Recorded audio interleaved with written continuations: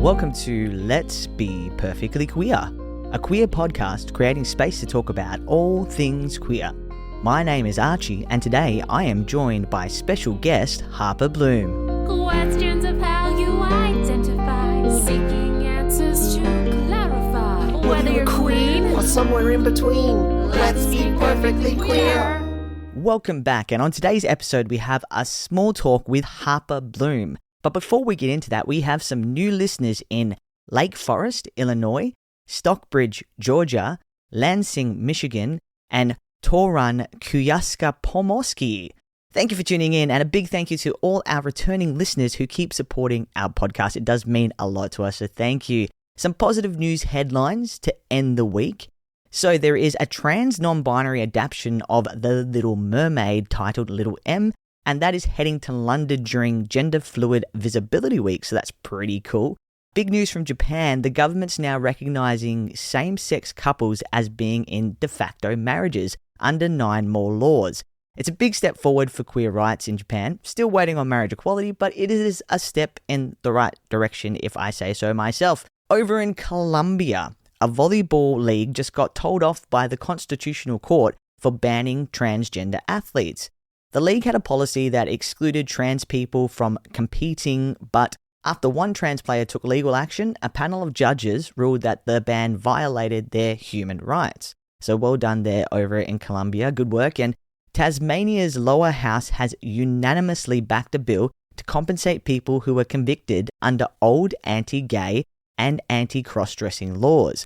The bill heads to the upper house in November, so fingers crossed it goes through. Oh, and also, don't forget, Pride Month in Perth is just around the corner, running from the 21st of November to the 30th of November with this year's theme, We Are Here. So very excited for that as well. Today we are chatting with Melbourne-based queer indie pop artist Harper Bloom, who's been lighting up Australia's music scene with her heartfelt lyrics, colourful energy, and unapologetically queer storytelling. We caught up with Harper to talk about her creative process, the stories behind her new music, and what it means to bring queer joy and authenticity to the indie pop world. Let's jump in. Here's our chat with Harper Bloom. Sleepyhead supernova, dreaming on and on and on. Grab a hold of me. All the kids in a share house talking on the roof like we're all still underage. Put the record on, play my favorite song. She stares at me, but I really don't know. Could I take you with me? 'Cause I know you're worth a hat, like New York City, with a girl like you. Welcome to the show. Today we have Harper Bloom. Thank you so much. Before we get into this actual episode, did you want to tell our listeners and our audience a little bit about yourself and who you are? Yeah, for sure. So I'm originally from Perth, your hometown, and I moved over to Melbourne like 7 years ago to pursue music. I went for a little trip to New York and I was really inspired by the open mics there. So I thought I would come over here and try out the open mic scene. And yeah, it's been a long journey. I started out in indie folk, in the indie folk world, and then now I've morphed into more indie pop with a lot more synth-based production and a bit more party pop sound. So yeah, it's a lot of fun life.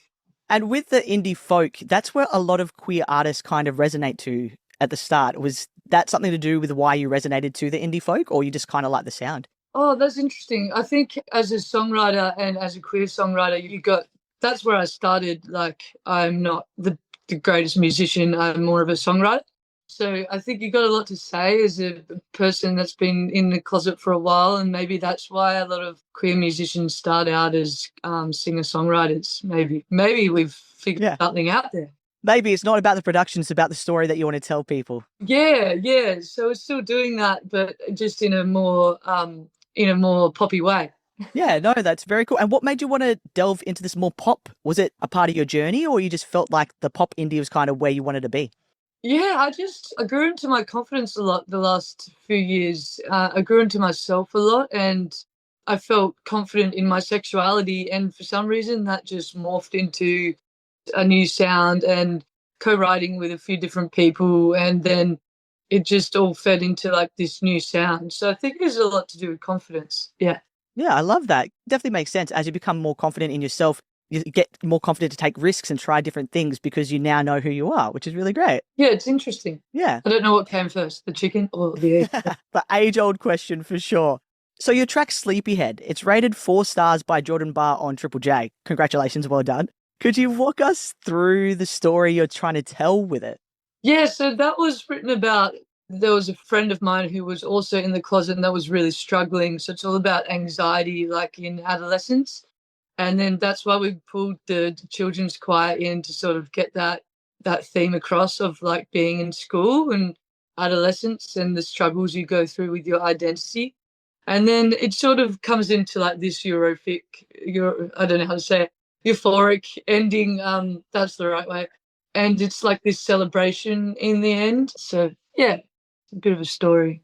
Yeah, and I guess you also having young voices, it's like you can have this childlike innocence and have that in there, and it really helps give the song a whole new meaning than what you originally would have written it for. Or did you originally write it with the idea of having child's choir-like voices in there? No, we wrote it first, and then I was feeling like, oh, the chorus is really lacking in some sort of oomph. It needs like it would be really cool with a lot of kids' voices. You know, like what's that song, Middle East, or and another brick in the wall, and there's like, and it brings out that feeling of being in school so well when there's those kids' voices. So that's why I really wanted to do that. I was inspired by those songs. We kind of touched on it a bit, but do you think embracing your queerness influenced your creativity and confidence as a songwriter and a performer? Yeah, I do. I think really coming into my skin, like I turned 30, so I think it was like a stepping stone of really growing into my skin a lot. And being in Melbourne for a long time as well, it really embraces different sexuality and diversity. And I think that helped with my confidence as well. And so then that fed into a new direction in music. And also there's so many great producers and co-writers here. So I think that helps with fleshing it out a little bit more from the folk world to like more of a synth world. Do you ever feel sometimes that you can be boxed in by your sexuality and label when you're performing as being like a queer artist? Well, to be honest, I don't really mind it because I feel like it in this industry it actually helps, which is nice. Like there's a lot of other industries where being queer, I've rocked up as a support worker and been told to go home because I look too much like a boy. So, you know, there's a lot of industries where sometimes it doesn't work in your favor, but I think music, especially Triple J, really try and empower those queer artists, which is really, really fortunate because we don't have that luck in other industries. Yeah, no, that makes sense. And that would have been really hard to hear that, go home, you look too much like a boy. Oh, do you know what? Because it only happened like this year, and I'm just so used to stuff like that. So unfortunately, it wasn't hard to hear. But I was grateful because I ended up getting paid and I didn't have to work because I looked like a boy. So you're like, sweet, win-win in the end. Yeah, win-win in the end, yeah. So with your new album EP, are there any messages or stories you hope your fans take away from the new songs? Yeah, well, the EP is called House of Cards because it was written at a time where I was caregiving for this amazing woman and I didn't realize that I was sort of also being controlled by the family. So all these songs were written in that time period. And so I was in a strange headspace, like I wasn't my full self when I didn't realize. So I think, yeah, they're all written under that term House of Cards because it's like you're being puppeteered around and then all of a sudden you figure it out and the House of Cards explodes. So these songs were all written in that time period and I think they're good though, so it's confusing. Yeah. I don't know where I was going with that, but that's just ended up ranting. But don't you find it interesting that, you know, that sometimes from pain can come the best songs? Yeah, that's what I'm finding. Like my last song got on so many Spotify playlists and it was written during that time. And I'm like, well, maybe when you're under a lot of stress and pressure, maybe that brings out the best out of you. I don't know. We'll see. Well, they do say that, right? Pressure makes diamonds. So it's that kind of that pressure that really put you into that songwriting muse, that kind of mood that made you write these songs that people can definitely relate to.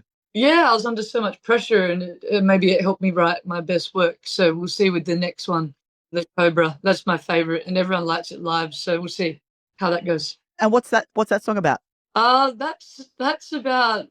It's kind of weird. It's about a woman and circus themes. I better not go too much into That's detail. all right. We don't want to give it away. But it's being allured by someone in sort of a circus environment. So and it's called the Cobra because she'll get you in the end. If there's someone right now listening who is starting off as an indie folk artist or who is a queer musician who feels like the world's too much, do you have any advice for anybody who's trying to get into doing music? I think just start doing it. Like that's what I started doing. I read this sign that in New York and it said there's boldness in beginning. And I think if you can't sit and wait, you have to just go and start doing it, whatever way that is. I think going and doing open mic nights is a good way to start and test out material and get some confidence performing in front of people. Do you have any tour dates coming up or anything that you want to let our listeners know about? Oh, I've got a show coming up in November. We haven't figured out the date yet, but it's going to be, I think it's all ages and it's to promote the EP. So I think it'll be later November. And just a last one to finish and a fun one to end the episode. If you could collaborate with any artist, past or present, who would it be and what would it sound like? Oh, I really like Benny. I don't know if they produce their own tracks, but the sound is so obscure and odd and quirky, and I really like that sort of production, and their songwriting is really unique as well, so I'm sure they do the songwriting at least. So I'd love to collaborate with Benny. Yeah, cool. And what would it sound like? Would it be obscure, out there? Yeah, I think it would sound really odd and yeah, just like kind of like Gautier's somebody I used to know. Something like that with really strange synth parts and those little piano tiny keyboards that kids use. I can't remember what they're called, but that sort of sounds definitely like a vibe. And do you have any last messages before we end this episode? Thank you so much for doing everything that you do to support queer artists and people. You're amazing and I really appreciate you having me on the podcast. Legend. Thank you very much. Thank you so much for getting in touch. Thank you for jumping on board and letting us know about a little bit about yourself, about your music and what you're doing. And of course, your new EP, which is very exciting. I hope our listeners have enjoyed. And if you have listened and enjoyed, don't forget you can follow Harper Bloom on the links that we'll put into our show notes. And you can also give us a rate, a review, and a subscribe if you think this is a great episode as well. And until next time, I hope that we have been perfectly queer.